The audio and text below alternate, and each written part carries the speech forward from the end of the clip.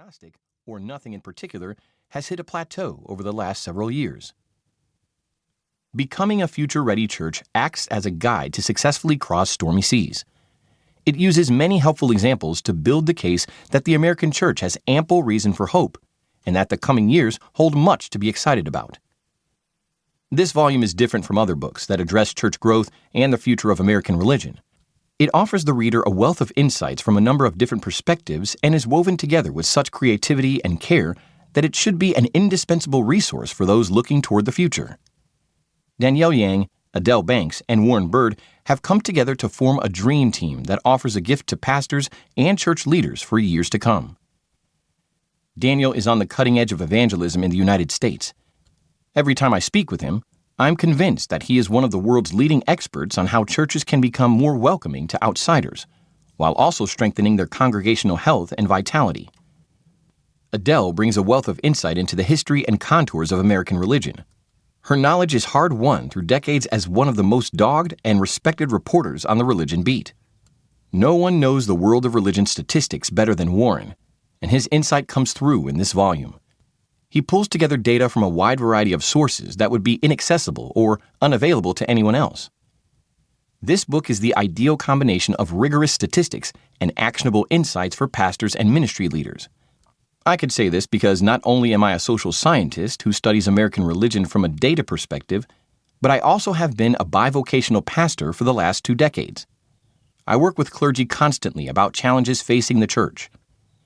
Each chapter is organized around a key shift in how churches should approach the future and contains a variety of ways to drive this point home. Of course, there are charts and graphs, which I certainly appreciate, but there are also case studies of churches that are tackling these problems in questionnaires that can be used by congregations to start discussions. By including all these components and keeping its material rooted in a biblical perspective, this book makes it easy for any reader to understand, internalize, strategize, and remain hopeful about the future of the church in the United States. Ryan P. Berg, Ph.D., founder of Graphs About Religion and author of The Nuns, Where They Came From, Who They Are, and Where They Are Going. Preface. This is a book about hope.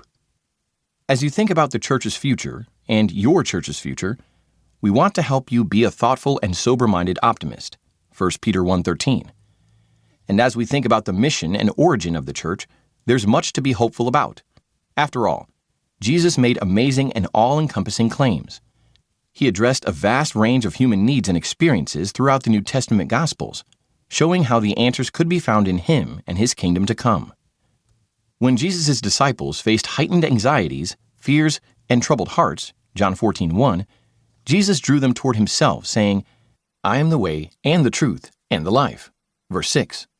He offered them His peace as something far greater than what this world can provide. Verse 27. To people feeling the weight of shame and guilt, Jesus offered forgiveness. Mark 2:5, Luke 7:47, 23:43, John 8:11. To those facing injustice, He affirmed, And will not God bring about justice for His chosen ones, who cry out to Him day and night? Luke 18:7, NIV. To those facing death, He said, I am the resurrection and the life. John 11:25. And to all who follow Him, Jesus declared, I am come that they may have life, and have it to the full. John 10:10, NIV. For each of us authors, Jesus has been all these things and more, especially during the writing of this book. When bad news came from the doctor to one of our households, Scripture's promises brought comfort and hope. During a major job change for another of us, God guided with wisdom and joy. During a season of deep relational pain for yet another of us, God gave new life and renewed purpose. However, even though church leaders are armed with all this good news, both the promises of God and experiences of God's faithfulness, too many of them are tempted to live like functional atheists, some even wallowing in cynicism. When asked how the churches they serve can become future-ready, many of these leaders pessimistically complain about how stuck things are rather than declaring faith in how God wants to work.